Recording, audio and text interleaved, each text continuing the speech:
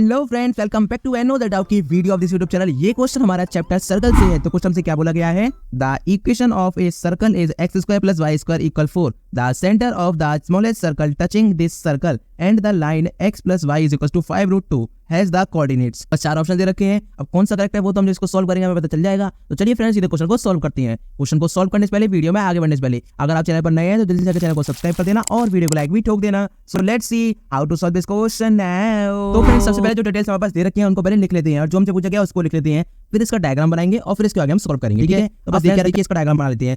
Circle हमारे पास ये वाला है तो इसको ड्रॉ कर लेता हूँ।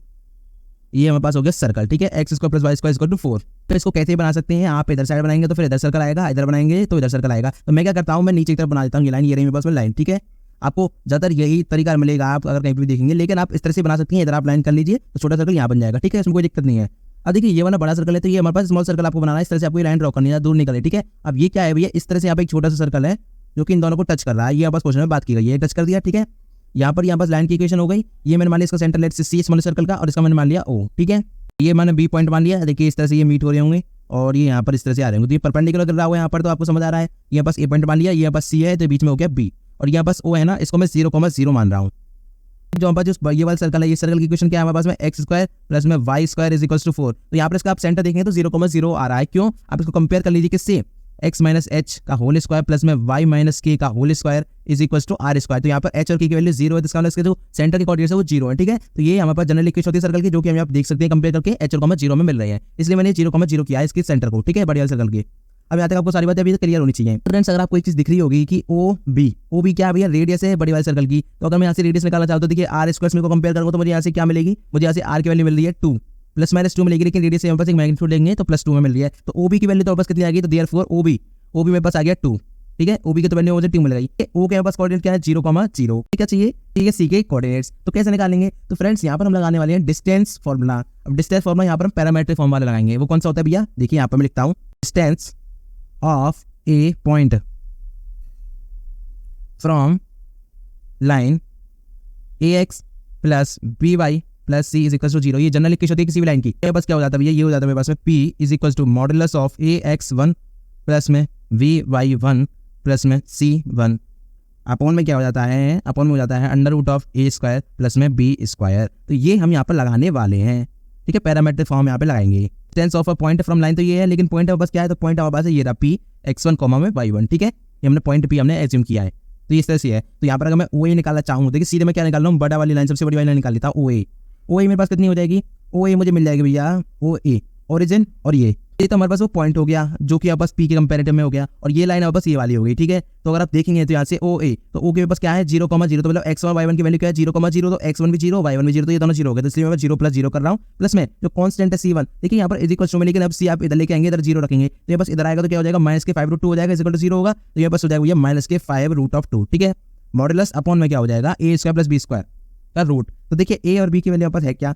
a इसमें अगर देखें तो इसमें आगे 1 है, इसमें भी आगे 1, तो 1 + 1 का स्क्वायर करेंगे, रूट करेंगे तो रूट ऑफ 2 बचेगा। तो सीधा 2 लिख दो रूट 2 का। ठीक है, तो ये अगर इसको सॉल्व करते हैं तो मुझे मिलता है 5√2 अपॉन में √2। तो मुझे मिल गया यहाँ से 5। अब OA मुझे मिल गया 5। ठीक है, अब डायग्राम पे आइए। देखिए OA पूरा मुझे 5 मिल चुका है। मैं इसको बना देता हूँ यहाँ पे। देखिए मुझे पूरा 5 मिल गया है, और OB की वैल्यू मेरे पास कितनी थी? OA की वैल्यू मेरे पास थी 2। तो ये BC और CA आप देखेंगे तो एक सर्कल की रेडियस है, तो ये भी R होगी और ये भी R होगी। तो बचे कितनी मेरे पास? 5 में से अगर मैं 2 को ऐड कर दूं 3, तो ये पास 3 बची ना, 3 लिख दी भैया। तो यहाँ से अगर मैं रेडियस निकालना चाहिए 2R के बराबर होगी, ये जो छोटा सर्कल है। तो यहाँ से हम क्या निकाल सकते हैं? हम बड़े आराम से क्या कह सकते हैं कि 2R इज इक्वल टू 3। तो R की वैल्यू बस कितनी आएगी? R की वैल्यू बस आ गई 3/2। अगर R की वैल्यू 3/2 आ गई तो इसका मतलब क्या है? BC और AC की वैल्यू 3/2, तो is equal to BC is equal to AC। तो हमने यहाँ पे सारी वैल्यूज अभी तक निकालने डिस्टेंस वाली। अब हमें निकालना है कोऑर्डिनेट्स, तो कोऑर्डिनेट निकालेंगे। ठीक है, अभी हमने क्या है? एक पैरामीटर फॉर्म यूज किया है। देखिए दो तरह की फॉर्म होती है, एक पैरामीट्रिक, एक जनरल। तो हम यहाँ पर क्या है? पैरामीट्रिक फॉर्म यूज कर रहे हैं, जिससे हम इस क्वेश्चन को आराम से सॉल्व कर सकते हैं। ठीक है, हमने सारी डिस्टेंस निकालनी जो भी हमें निकालना था। अब हम बात करते हैं अपनी कोऑर्डिनेट की। उससे पहले हम एक और बात कर लेते हैं भैया, यहाँ पर क्या? स्लोप की, क्योंकि हमें स्लोप की जरूरत पड़ेगी, तो इसलिए हम स्लोप की बात कर लेते हैं थोड़ा सा। देखिए सिंस आपको क्या पता है, डायग्राम देखिए, सिंस अगर आप देखेंगे इस डायग्राम में क्या भैया? OA, जो OA ये लाइन है और ये लाइन है पास, and x plus y is minus 5√2 is equal to 0 are perpendicular. आपको ये दिख रहा होगा क्लियरली भैया 90 डिग्री का एंगल बन रहा है, क्योंकि ये क्या है? टेंजेंट ही तो एक सर्कल पे यहाँ से लेकर यहाँ तक, और ये बस क्या है? ये इसकी रेडियस और टेंजेंट है, तो परपेंडिकुलर होती है, परपेंडिकुलर है। और परपेंडिकुलर के लिए लाइंस के लिए यहाँ पास एक केस होता है, इनका जो स्लोप का जो मल्टीप्लाई होता है m1 × m2 अगर आप करेंगे तो ये -1 के बराबर आता है। मैंने क्या किया? OA लाइन थी, उसका मैं स्लोप m1 ले लिया और इसका मैंने m2 ले लिया। ठीक है, तो ये बस -1 के बराबर आता है। तो अगर हम देखेंगे ओ ए का तो हमें स्लोप पता नहीं है, लेकिन इसका तो स्लोप हम निकाल सकते हैं भैया। कैसे? को आप इसके इस तरह से लिख दो, y इज इक्वल टू क्या हो जाएगा mx प्लस सी, तो मेरे पास हो जाएगा -x और प्लस में 5√2। तो इसको मैं अगर कंपेयर करूँ y is equal to mx plus C से, तो m की वैल्यू क्या मिल रही है मुझे? -1 मिल रही है। m की वैल्यू मुझे -1 मिल रही है, तो यहाँ पर क्या है मेरे पास? ये m2 है, ध्यान रखना ये m2 है, तो m2 की वैल्यू -1 मिल गई, तो मेरे पास m1 कितना आ गया? m1 यानी कि OA के लिए OA स्लोप ऑफ OA में लिख देता हूँ यहाँ पर, कंफ्यूजन ना हो जाए। ये बस क्या हो जाएगा? m1 की वैल्यू बस 1 हो जाएगी। अगर m1 में बस 1 हो गया, और आपको पता है भैया स्लोप क्या होता है, क्या एक्जेक्टली tan थीटा होता है ना, तो tan थीटा। अब यहाँ पर हम पैरामीटर फॉर्म में लिखेंगे, इसकी जो है पॉइंट्स भी जो निकालेंगे पैरामीटर फॉर्म में निकालेंगे, सी के जो कोऑर्डिनेट्स होंगे, तो tan थीटा हमारे पास बराबर होगा 1 के, तो tan थीटा 1 के बराबर हो गया, तो tan थीटा होता क्या है? sin थीटा अपॉन में cos ऑफ थीटा। ये बस 1 के बराबर हो गया, तो इसका मतलब क्या है कि भैया sin थीटा और is equals to cos theta, ये बस दोनों ही 1/√2 के बराबर हो गए, क्योंकि तब ये पॉसिबिलिटी बन सकती है। ठीक है, ये बस बन गई, इतना समझ आ गया। देखिए tan थीटा 1/45 तो sin 45 और cos 45 बस 1/√2 होगा। अगर ये बात आपको समझ आ रही है, तो अब हम सिर्फ लिखनी है पैरामीट्रिक फॉर्म, इसकी जो सी पॉइंट था उसके हमें कोऑर्डिनेट्स अब निकालने हैं। ठीक है, सी के मैं अगर कोऑर्डिनेट्स मानूं तो x, y मान लेता हूं थोड़ी देर के लिए। ठीक है, हमें इसके कोऑर्डिनेट्स लिखने हैं। देयरफॉर सी के जो कोऑर्डिनेट्स होंगे x, y, ये बात इक्विवेलेंट हो जाएंगे किसके? 0 प्लस में OC cos of theta, 0 plus में OC साइन ऑफ थीटा। अभी ये क्या लिखा है वो इसको समझ लीजिए। देखिए क्या, देखिए फ्रेंड्स हमने क्या किया है ऊपर आप देखेंगे डायग्राम में, तो हमने जो सी पॉइंट है ना, इसके हमने जो कोऑर्डिनेट्स निकाले हमने O के रिस्पेक्ट में निकाले हैं, तो O के और O के रिस्पेक्ट में हमने इसके कोऑर्डिनेट्स निकाले, तो O के जो बस कोऑर्डिनेट्स क्या 0,0, तो हम उनको ऐड करेंगे, तो x वाले में 0 और फिर y वाले में 0, तो उससे कोई फर्क पड़ेगा नहीं। और उनके बीच का अगर डिस्टेंस आप देखेंगे तो क्या है मेरे पास में? देखिए OC ये पूरी है हमारे पास में। ठीक है, और cos ऑफ थीटा हम लिखेंगे x वाले कंपोनेंट के साथ में, और sin थीटा लिखेंगे y कंपोनेंट के साथ में। डिस्टेंस के बीच में कितनी है? OC है, तो OC फिक्स रहेगा। मल्टीप्लाई हम क्या कर देंगे? मल्टीप्लाई हम कर देंगे यहाँ पर, और sin थीटा cos थीटा जैसे ही उनके y और x एक्सिस होगा। ठीक है, इतना आपको समझ आ रहा है होगा, किस तरह से हम लिखते हैं पैरामीट्रिक फॉर्म को। ठीक है, तो यहाँ पर आपको अगर सिंपल समझ नहीं आ रहा कुछ भी, तो देखिए O के बस कोऑर्डिनेट्स सी दे रखी है, अब हमें निकाले सी के, तो हमने क्या पहले O के कोऑर्डिनेट्स को क्या है रेफरेंस लिया है, तो इनका जो रेफरेंस है मतलब इनको हमने क्या है इनको इंक्लूड किया है, इनको हमने रेफरेंस लिया 0 + 0 0,0 है, तो x में हम 0 ऐड करेंगे, y में हम 0 ऐड करेंगे इस कोऑर्डिनेट्स में। उसके बाद इनके बीच की डिस्टेंस कितनी है? OC, तो OC हमने लिया।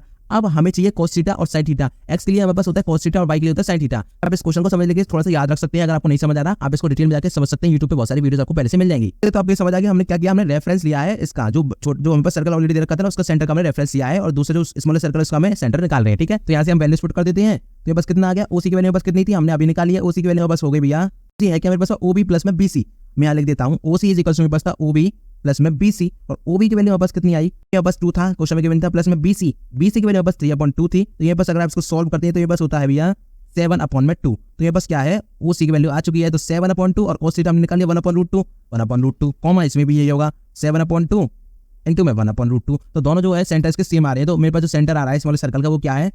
C x, y, ये मेरे पास आ रहा है भैया इक्विवेलेंट 7/2√2 1/2√2, और यही हमारा इस क्वेश्चन का फाइनल आंसर हो गया। ठीक है फ्रेंड्स, तो इस तरह से आपको पूरा क्वेश्चन सॉल्व करना था। आई होप ये क्वेश्चन आपको अच्छे से क्लियर हो गया होगा। अगर आपको ये सॉल्यूशन डाउनलोड करना है तो इसकी लिंक आपको डिस्क्रिप्शन में मिल जाएगी, वहां पर जाकर आप इसको डाउनलोड कर सकते हैं। Thank you so much for watching this video. मिलता हूं अगली वीडियो में क्वेश्चन के साथ। Till then bye bye, Tata.